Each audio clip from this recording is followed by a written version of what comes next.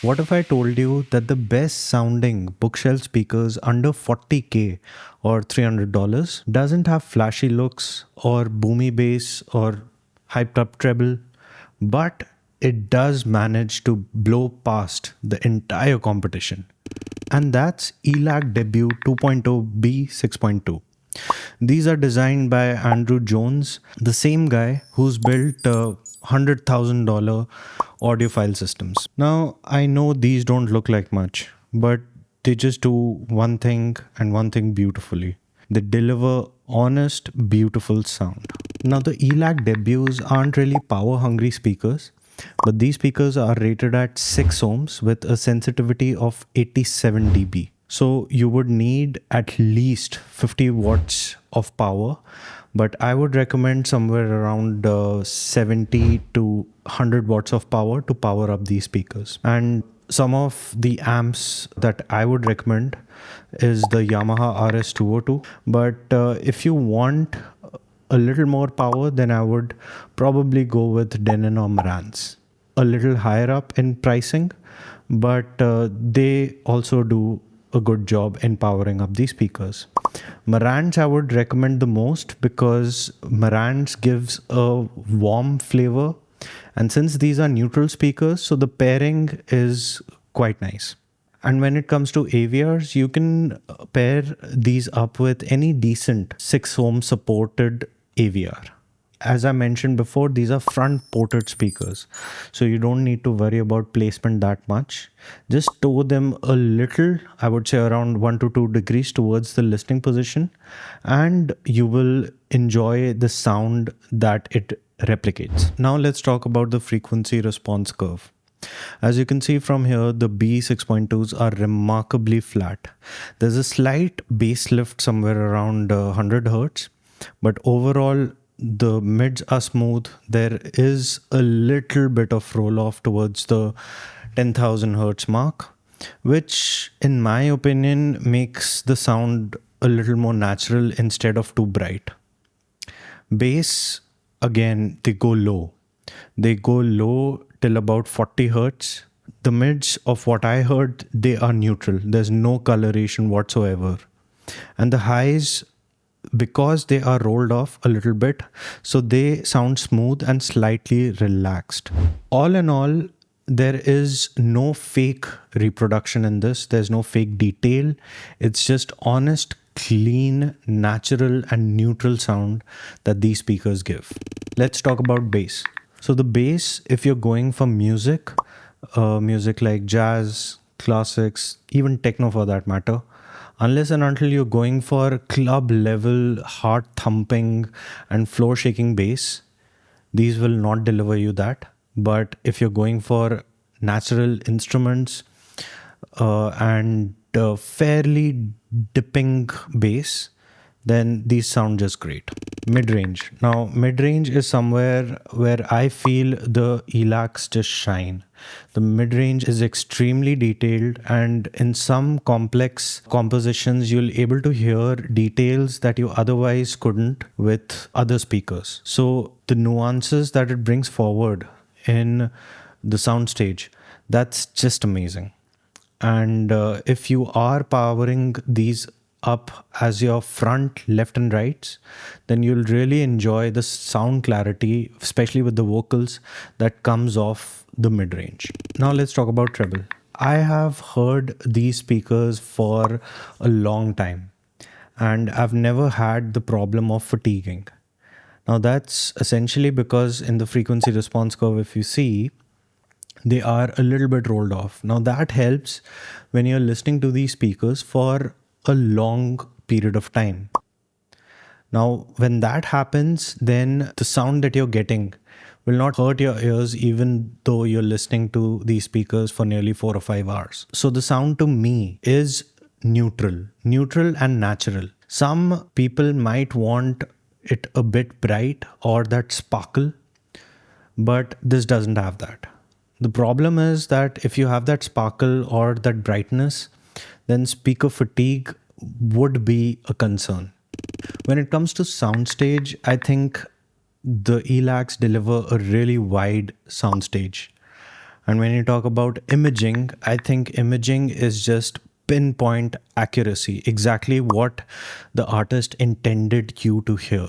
Dynamics, on the other hand, they are natural. They're not punchy, but at the same time, they are expressive. You'll hear instruments breathe into the mix, and you'll get that musician in the room vibe without any of the gimmicks. Home theater use. If you're using the ELACs for home theater, I would recommend that you use these for the front, left, and rights. You can use them for surrounds, but only use them for surrounds in case you have floor standing speakers that have a greater frequency response than the ELACs. Because the mid range is so well detailed, especially if you're not going for a center channel, I think the ELACs would be a great fit for the front, left, and rights. With the ELACs, if you feel that for the movies there is subwoofer bass which is lacking, then do pair it up with a subwoofer and just see after that how the dialogue clarity improves. Because the low end is taken care of by the subwoofer, the speaker is freed up more and it gets more power for the mid range. So the clarity that comes out when you pair it up with a subwoofer, it's just better. So when you do pair it up with a subwoofer, the ELACs will definitely sound better to you. The voice and the dialogues that come from it, they will sound better. Now let's talk about a little bit of competition. There is the Klipsch RP600M. Now the Klipsch are a little louder and more dynamic, I would say. They are a little more exciting for rock and movies. But at the same time, they can be harsh if you don't tune them well. ELAC, in my opinion, are just smoother sounding and more refined. And if I were to listen for a long time, I would choose the ELACs over the Klipsch. Q Acoustics 3030i. Now the Q Acoustics, in my opinion, come really close to what the ELACs do, but the Q Acoustics are warm sounding speakers. You should not pair up the Q Acoustics with a warm sounding amplifier. That'll just ruin things. If you are selecting Q Acoustics, you should probably be pairing it up with a neutral amp. So be careful when you are going with Q Acoustics. They're not very versatile when it comes to pairing with other amps. ELACs, on the other hand, since they are neutral, and if the amplifier gives any sort of coloration, that ELACs would be in a better position to adapt. And also when it comes to mid-range, ELAC does do it a little bit better. The Q Acoustics 3030i, when compared to the ELACs, have lower detail when it comes to mid-range. Wharftail Diamond 12.2. Now the Wharftail do sound sweet and balanced, but ELACs are just better at bass and they have cleaner vocals. Polk R200. The Polk is punchy and obviously a little cheaper. So they do have that Polk accentuated bass, which the ELACs do lack. So if you want punchier bass there, then only go for Polk. Otherwise, if you're looking for a neutral sound and a detailed mid-range, then ELACs would be better than the Polk R200. For most of the listeners out there, the ELAC B6.2 hits the sweet spot between punchy bass, neutral mids, and a little bit of rolled off high. All in all, a neutral sounding speaker that doesn't give you any sort of coloration. And whatever amplifier you do pair it up with, they work well, especially when you pair it up with warm sounding amps. So what's the verdict?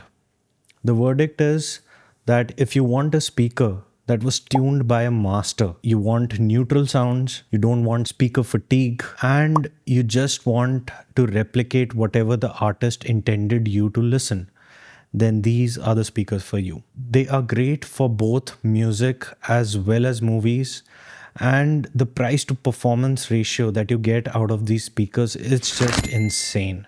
The only cons that I can think of for these speakers, first, these are 6 ohm speakers. So you need to be careful about whatever amp you're pairing it up with. Do not pair this up with a cheap amp. These are not 8 ohm speakers. So be careful, and they do lack the looks. If you want to make a statement and put them up for people to see, these aren't the most great looking speakers out there, but they do sound excellent. So when you say don't judge the book by its cover, that's definitely true for the ELACs. So whether you're starting your journey into the hi-fi setup or you're building yourself a serious 2-channel system, the ELAC B6.2 is definitely king of value.